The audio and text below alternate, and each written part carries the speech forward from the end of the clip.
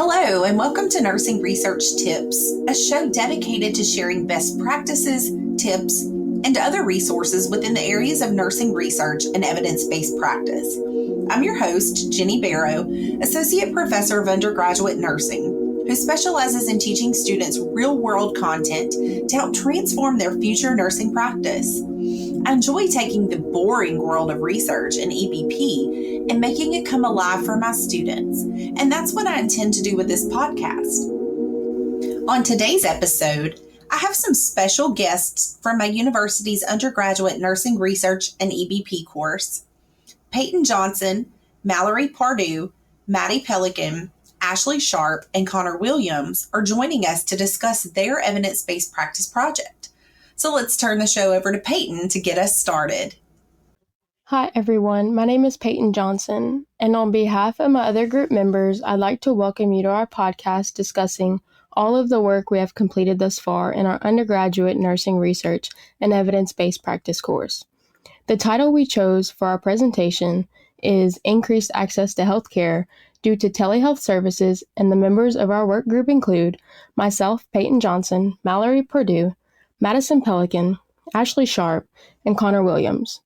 We are all undergraduate nursing students here at McNeese State University in Lake Charles, Louisiana. We all feel it is such an honor to be able to further our knowledge in research and feel it is significantly important to research specific topics that require further studying. We came together as a group and believed telehealth services was very important and had many pros and cons that come with utilizing it. Thank you for introducing your team to our listeners, Payton. Based on your general introduction, telehealth certainly does seem to offer many advantages for patients and providers alike. I'm looking forward to learning more for sure. Maddie, can you tell our listeners a bit more about why you feel this topic is important? My group chose to explore telehealth and how it's improving access to health care for people with chronic conditions living in rural areas. We picked this topic because access to care remains a major challenge for many Americans, especially in rural communities. Patients in these areas often face long travel distances, limited specialty services, and provider shortages. These barriers can lead to a delayed diagnosis, poor chronic disease management, and overall worse health outcomes compared to people in urban settings. Rural populations also tend to experience higher rates of preventable diseases and hospitalizations, which highlights the gap in equal access to care. As future nurses, it is important for us to understand these disparities so we can advocate for solutions that reduce the burden on patients and ensure that everyone receives high-quality care, no matter where they live. Let's define a few key terms before we go any further. Telehealth means providing healthcare through technology like video calls, phone visits, or patient portals rather than in-person care. Access to care refers to how easily patients can get timely medical services, and compliance or adherence means how well patients follow treatment plans and attend appointments. Research shows that telehealth isn't just convenient, it's effective. It improves access, supports patient compliance, and offers care that is timely, cost-effective in comparison to in-person visits. Studies even show that it can reduce complications and hospital readmission rates, especially for patients managing chronic illnesses or recovering from surgery. During the COVID-19 pandemic, telehealth grew rapidly, allowing people to continue receiving care safely. It helped overcome geographical barriers and provider shortages, especially in remote areas. This topic is meaningful for nursing because nurses are often the ones coordinating care, educating patients, and addressing barriers to access. Understanding how the telehealth impacts patient outcomes helps us deliver safe, high-quality care across diverse populations. In short, the issue we identified is that rural patients with chronic conditions often struggle to get consent in-person care. Our goal was to see whether telehealth can help close that gap, and the evidence suggests that it can. Thank you for outlining the problem so clearly, Maddie, and for defining those key terms for our listeners. You did highlight some very real challenges that rural patients face, including limited access to specialty services, long travel distances, and of course, transportation barriers. And all of these things contribute to unequal access to care. So moving forward, Ashleigh, can you share what your group did next within this project? Okay, now that we've established the significance of the evidence-based practice topic to the nursing profession, I want to share our group's evidence-based practice question with our listeners. So we crafted our EBP question in the PICO format. So this includes population, intervention, comparison, and outcome. So our question that guided our literature search was, in patients living with chronic conditions in rural communities, how does the use of telehealth services compare to traditional in-person care in terms of access and compliance to care? So when you break that down, our population is going to be the patients that are living with chronic conditions in rural communities. So this is away from healthcare, meaning that they live too far. So the I for intervention is the use of telehealth services. The comparison will be traditional versus in-person care. Okay, so with telehealth, again, this is like a Zoom call or FaceTime. And then our outcome is the access to care and compliance with the actual care that they are receiving. Okay, thanks for sharing your group's evidence-based practice question with our listeners, Ashleigh. This question served to focus your group's investigations into the literature.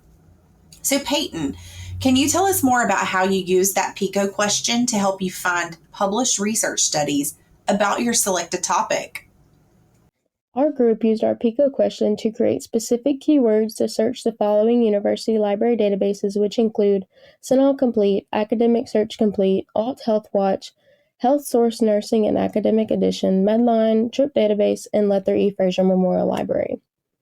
Some of the keywords that we use for our searches include rural areas or underserved communities and telehealth or telemedicine or telenursing and in-person or face-to-face, and access to care or access to healthcare, rural or remote and telehealth or telemedicine and access to healthcare, rural communities and telehealth or telemedicine and in-person and health outcomes, and telehealth interventions in rural areas. We set specific search limiters on our searches, including full text, quantitative study, nursing journal subset published between 2020 and 2025 and peer-reviewed. Our group felt as though we did well at finding good primary sources for our specific topic. Our group separated topics among group members, so we covered each aspect of our topic. Using all of the limitation helped collect trustworthy sources. At first, we had some difficulties finding articles up to date related to our specific topic. Some tips would be to use Boolean operators such as and, or not to help complete your searches. We also saved our articles as soon as we found them if they met all the specific criteria. I appreciate that you shared some helpful insights into your group's literature search process, Payton.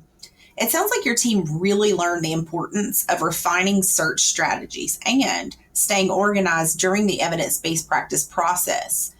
So once this literature was gathered, the next step was to review and to analyze what those studies revealed. Ashleigh, can you tell us about the main findings that your group discovered after doing this research? So after conducting our literature search using the methods that we previously described, we sorted through the study's article to find high-quality studies that specifically addressed our EBT question. So each group member was responsible for critically appraising one study article, and then we synthesized the studies into this big synthesis table to get a better picture of the surrounding topic that we discussed.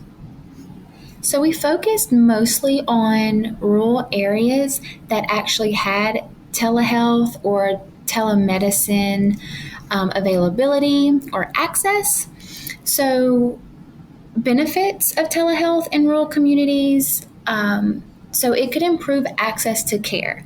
So telehealth helps bridge the gap of rural residents who often live too far from hospitals or specialties, even something as an urgent care.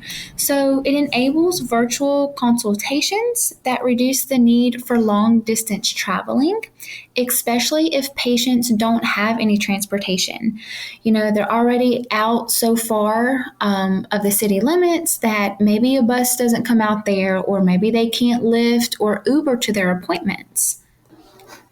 It could also benefit the patient for cost. So telehealth can reduce healthcare cost for both patient and provider just by minimizing in-person visits and streamlining care delivery.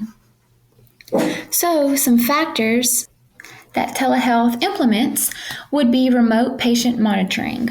So again, this is like the wearable devices or sensors that they could actually log data into, so the provider could actually see what was going on. So it's real-time data transmission. So as soon as it happens, the patient has the ability to access this little device, put in the information, and it goes straight to their electronic health records, which the provider can see from there. So it can also improve access to care, especially in the rural or underserved areas, again, just due to transportation, financial issues, things like that. However, you would have to educate your patient on patient engagement.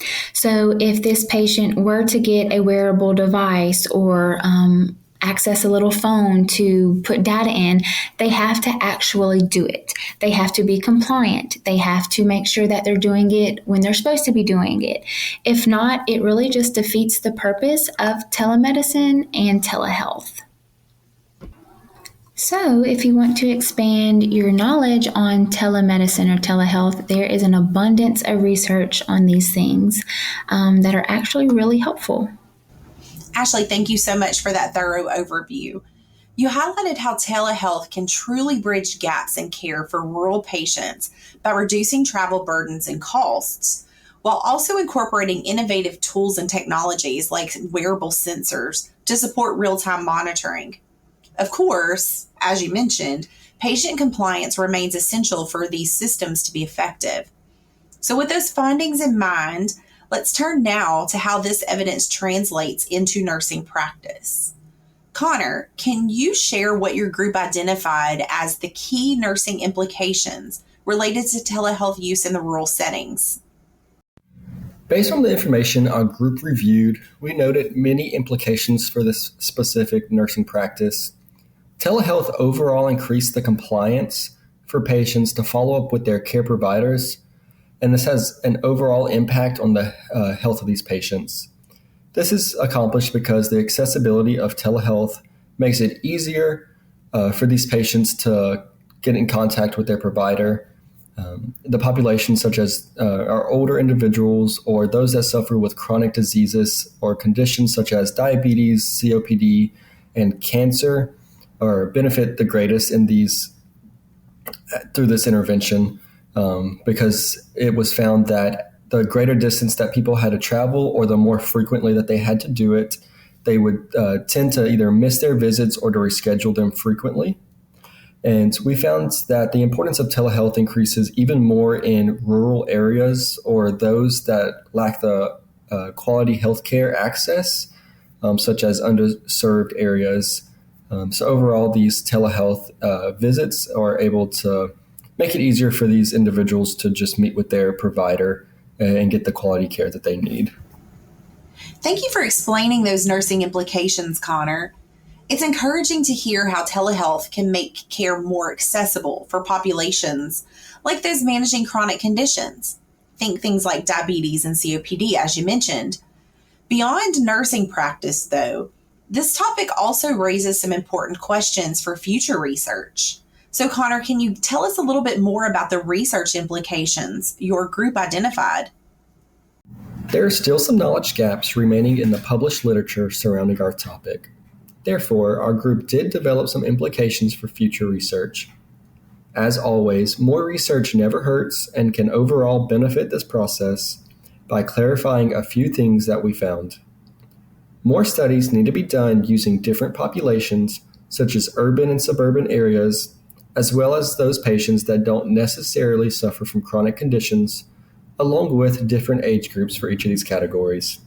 This is because even though it does benefit rural and chronic populations, we may find that it could overall increase the compliance with healthcare visits across the board.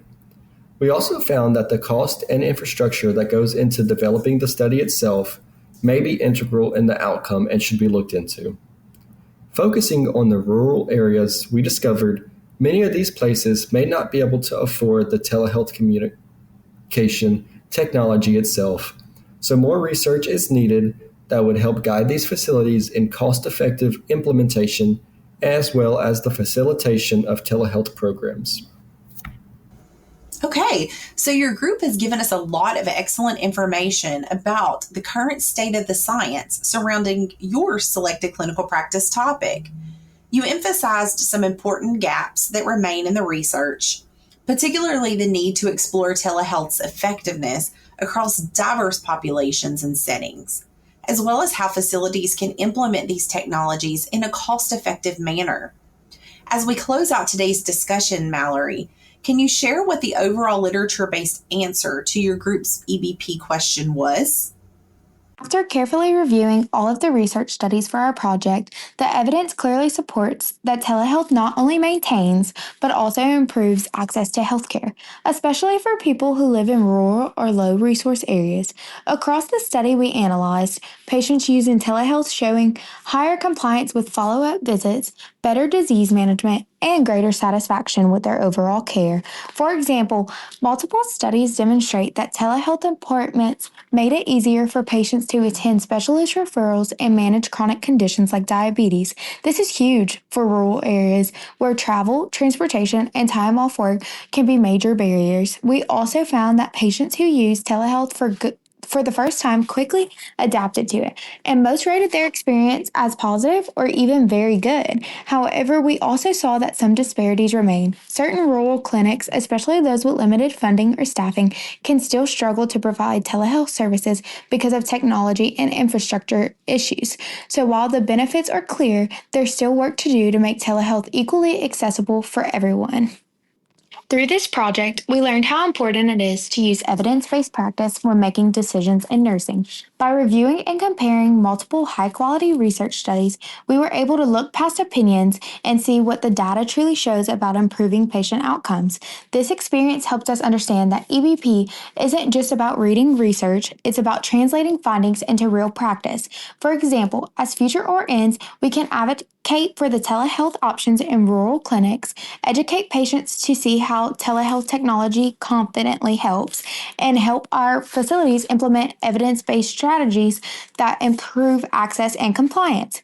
Overall, our biggest takeaway is that telehealth is transforming how care is delivered and is giving patients in rural communities a fairer chance at consistent, high-quality healthcare. As future nurses, we have a responsibility to stay current with research, question old practices, and apply evidence to make care more equitable for every patient we serve. Because in the end, evidence-based practice doesn't just make us better nurses, it makes us a real difference in the lives of the people who depend on us most.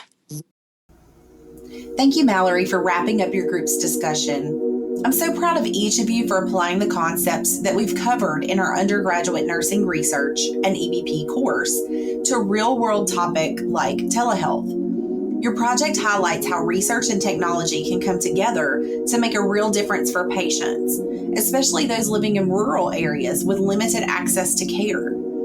Through this process, you've gained valuable experience that will serve you well in your future nursing careers. Whether you realize it or not, you'll each find yourself in leadership roles where these skills, like critical thinking, inquiry, and advocacy, will make a lasting impact.